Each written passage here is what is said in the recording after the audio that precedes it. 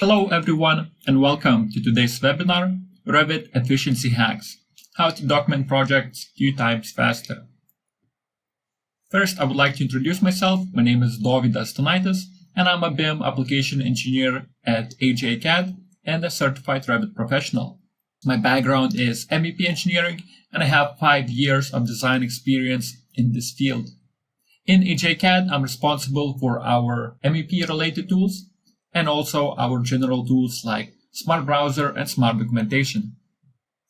As a company, aga-cad is an authorized Autodesk developer, and our first Revit add-on was created in 2008. And we are part of a European digital transformation leader, Arcans.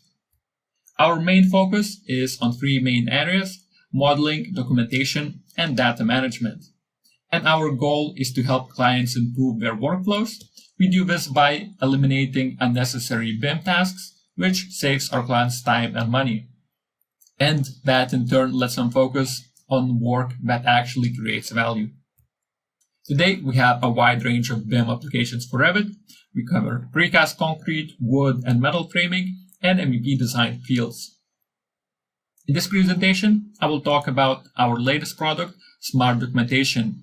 It enables all Revit users to get accurate project documentation quickly and easily, replacing hours of drafting with just a few clicks. So in the next part of this webinar, I will jump to the live demonstration in Revit.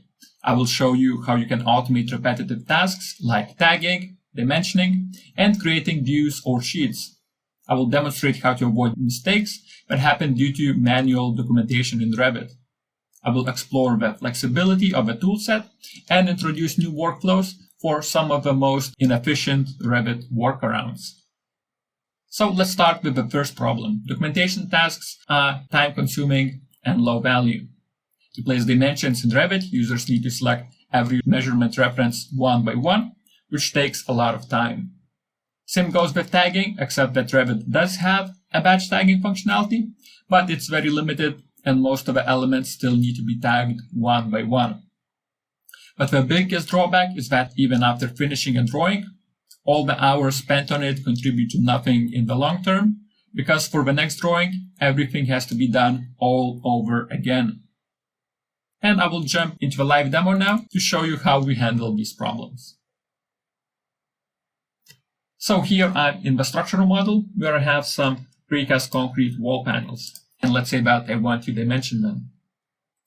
I will go into my wall plan, and first I will be using just Revit.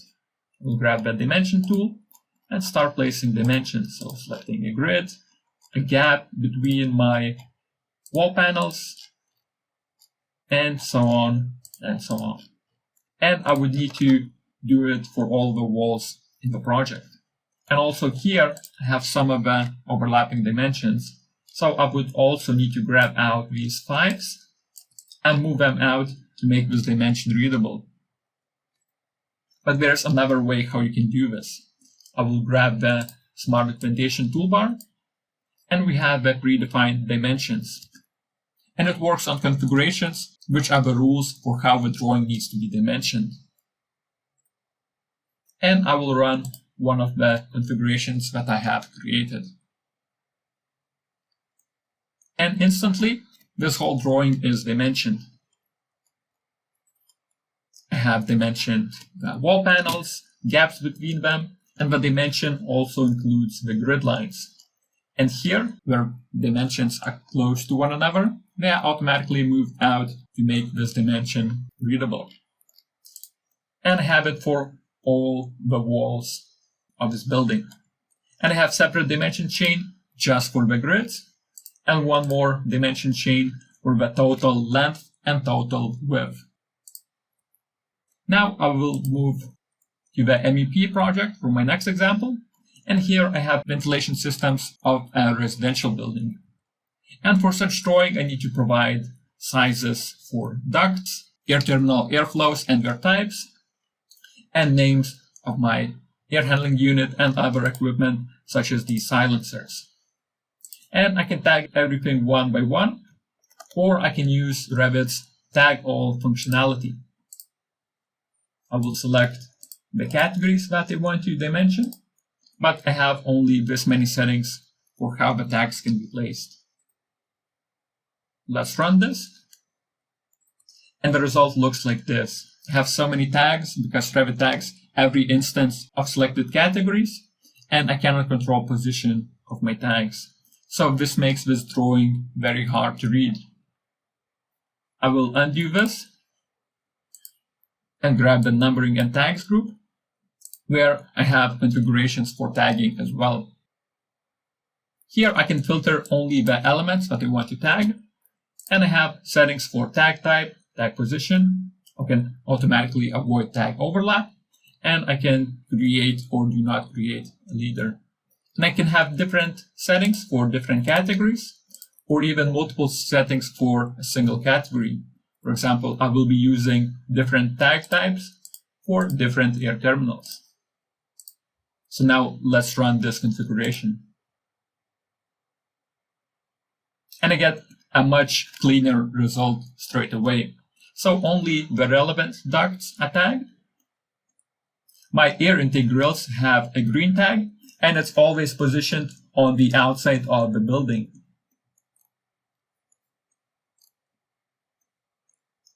My air supply grills have a blue tag, and it's always on the air supply side. And my supply air diffusers have a red tag, and it's always on the top right corner. And I have also tagged the mechanical equipment and duct accessories as well. And even though configurations take time to set up, I can reuse them as much as needed. For example, I will go into the underground level and use the same configuration here. And now I have this drawing tagged as well.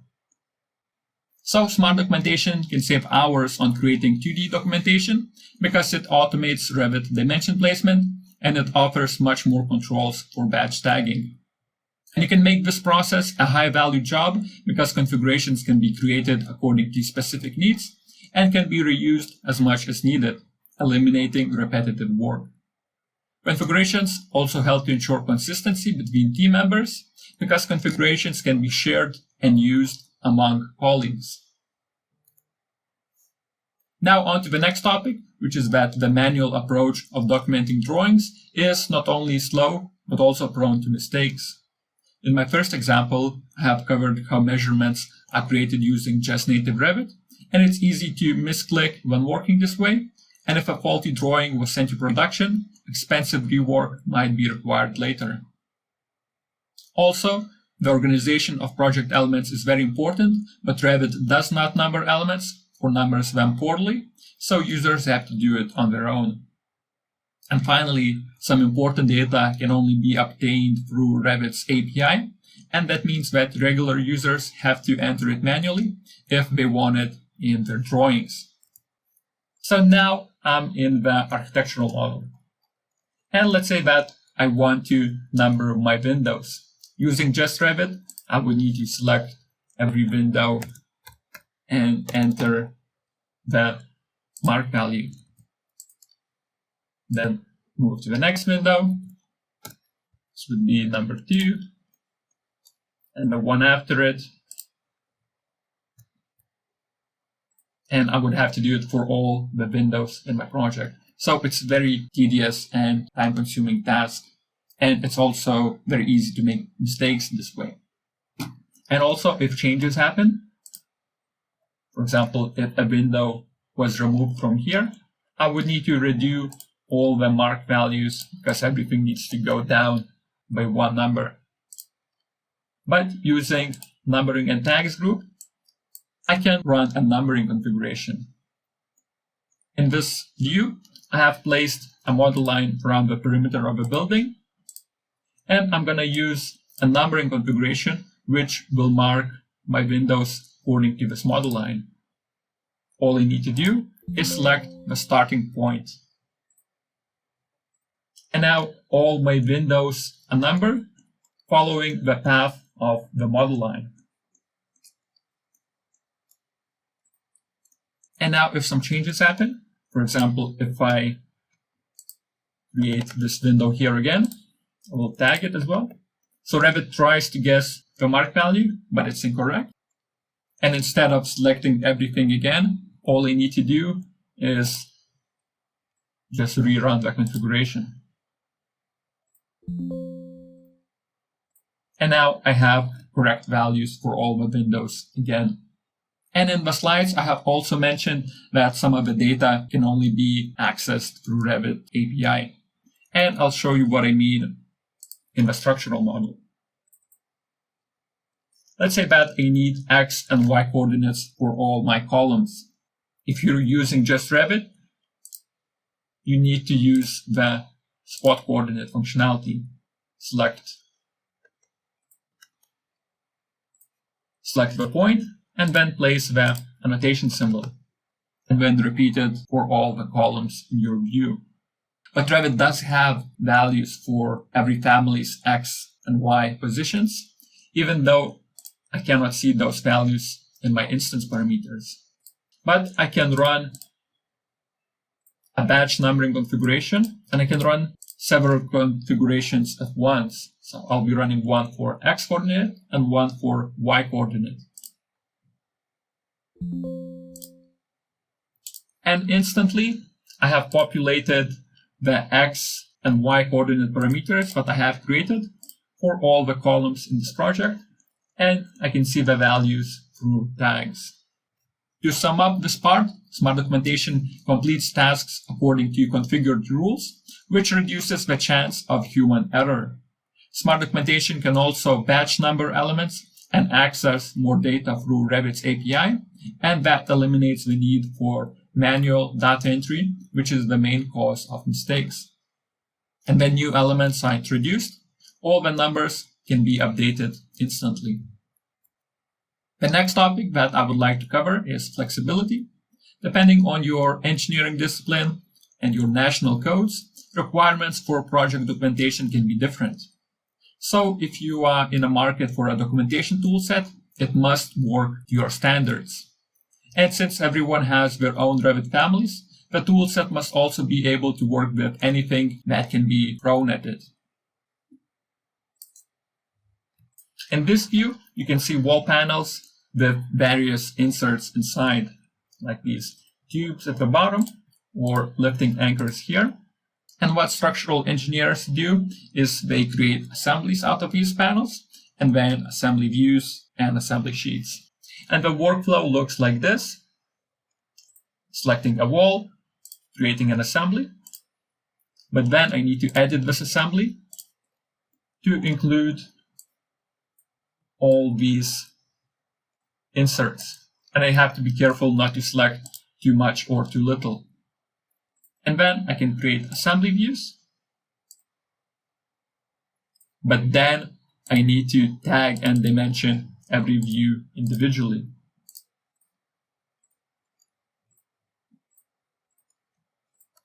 And once I'm done, I need to place everything onto a sheet. But using Smart Documentation, we can automate this whole process. I will select a wall and hit Create Assemblies. And it also works on configurations. I will select a configuration for precast walls and run it. So inside of that configuration, I can specify types of views that I want to create, and I can assign Revit's view templates and also tagging and dimensioning configurations that I have showed you before.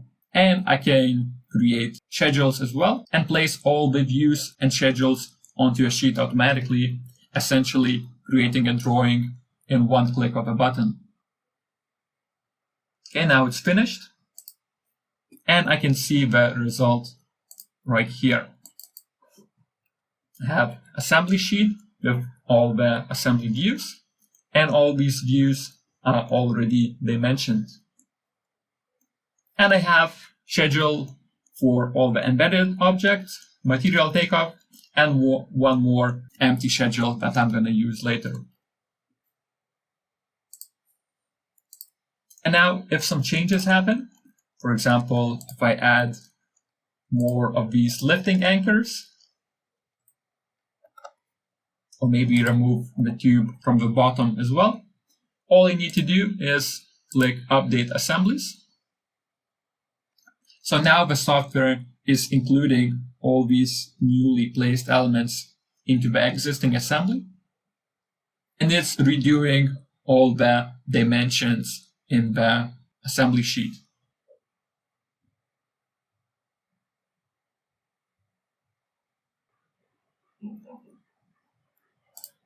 Okay, and let's see the result.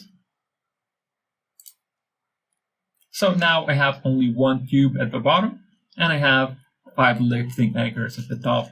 And I can see distances between them in this blue dimension. And now I would like to show the flexibility of this toolset.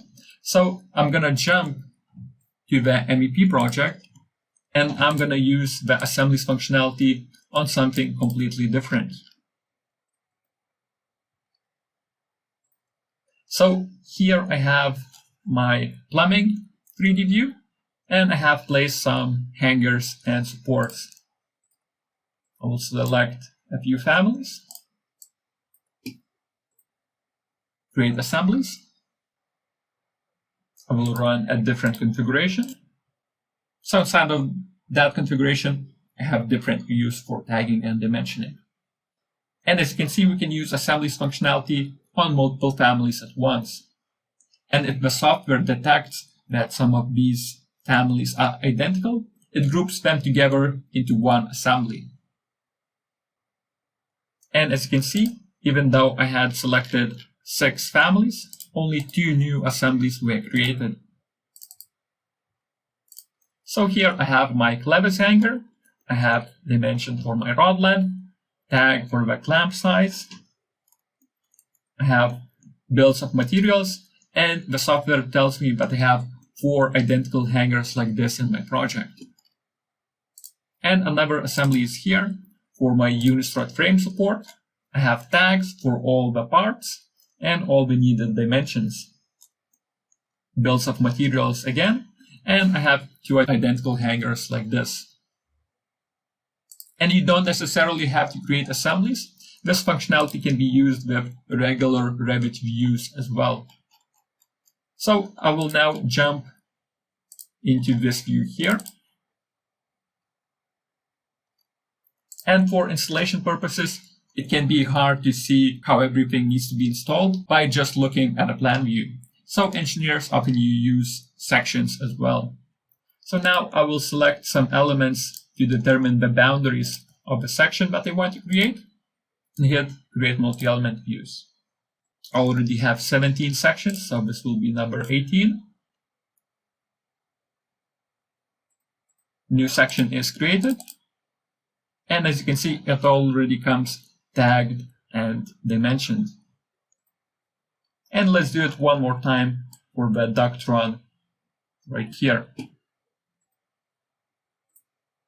Configuration name, and I need to select an element to determine the view direction.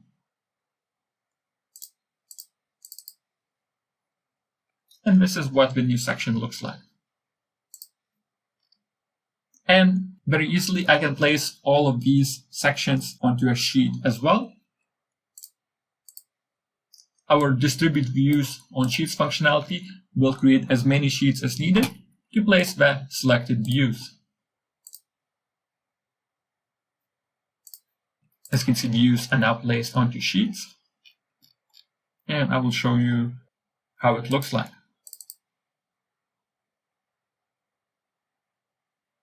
I have 16 views on this sheet. And what didn't fit in sheet number 1 made it to sheet number 2. So these were only a few examples of Smart Documentation's flexibility, but I hope that it gave you an idea that it can be used in any project, regardless of the discipline or the standards or used families. Our clients use it for furniture systems, facades, curtain walls, and many more different applications. And the results aren't set in stone. Everything can be modified or updated if changes occur. And different toolsets are compatible with one another, and that allows for workflows like complete drawings in one click of a button. And we are approaching the end of this webinar. For final examples, I would like to show you some more functionality that Revit lacks, but which is needed by its users. For example, if you want to import Excel spreadsheets into Revit, Autodesk's official page recommends importing them as an image or importing to AutoCAD first. Creating tables is another time waster in Revit. Back in the architectural drawing, and let's say that I need a legend view. And to create such legend, it could easily take me an hour, because in legend views, I have to draw all the lines for cells. And I can only work with text nodes. So I have to look up and enter various values by hand. But using smart documentation, all I need to create is a sample block like this. And I can select everything here and hit Create Edit Legend.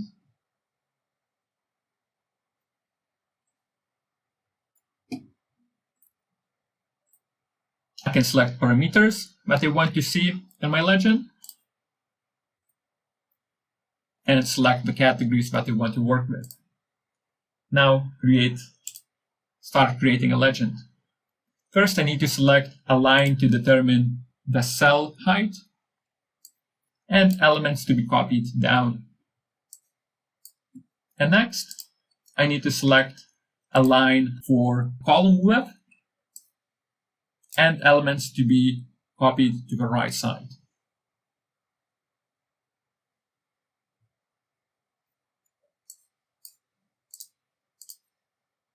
And this is it. I have created a legend for all the doors and windows that I have in my project. And here I have parameter names, the parameter values, and I have images, and I can have images for legend components, and I have dimensions as well. And I can create the table in the vertical manner as well, or use it for any other Revit category, such as furniture, or even system families like walls. And just as easily, I can import Excel data to Revit. All I need to do is select the file, select the sheet name, and hit Draw Table. And now I have the table in my Revit project, and I can use it on sheets if I need to. And if some changes happen, for example, I will open the Excel file and make some changes, like add a cell fill color and maybe add a few more columns here. Save this, move back to Revit, and now if I click Manage Tables, I will see yellow exclamation mark next to my spreadsheet name indicating that changes were made. And I can select and hit Update Selected. And now the table will be synced with my Excel file. And we can even create QR codes in Revit using smart documentation.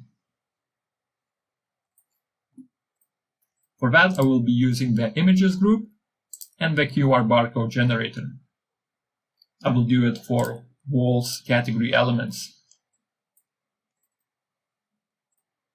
And I have configuration which will create QR codes, which, when scanned, will read the mark value, length, width, and area.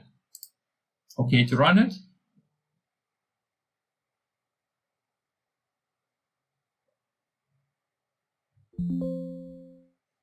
So 281 QR codes were created.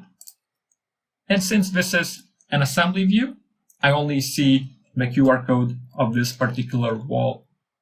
So now you can point your smartphone cameras to this to see if it works for yourself. But what I'll do is I'll do a quick screen capture. And I will use an online QR reader. And you can see that it tells me the mark value, length, width, and area. And I can also have multiple QR codes in one sheet as well. So here I have placed schedule of all my level 1 walls, and I can see the QR codes for all of them. So Smart Documentation has the dedicated functionality for something that was only possible through a lengthy workaround, like Excel spreadsheet import or table creation. And this functionality can easily save hours if you repeat these processes often. And the QR code generation is something that you won't find in plain Revit at all, but it's worth exploring for enhanced collaboration or quality control possibilities. And that was the end of live demo. Now, some takeaways. Smart Documentation automates repetitive Revit documentation tasks with configurations. All these configurations can be saved and used for future projects for even greater time savings. Configurations can also be shared among colleagues for consistency between team members and projects. And configurations reduce the chance of human error as well. Using Smart Documentation, complete drawings can be generated with a click of a button, and changes in the model elements can be handled just as quickly. And Smart Documentation works with most of the Revit categories, meaning that any Revit user, regardless of country or discipline, can use it. I would like to let you know that you can try it by yourselves by visiting our webpage and getting a 14-day free trial. Or if you'd like, we can arrange a short meeting with one of our specialists to talk about your challenges and needs and discuss options to improve your situation. Also, always feel free to reach out to us at info@aga-cad.com. Thank you all for watching, and I hope to see you in future webinars. Have a nice day. aga-cad, building BIM together.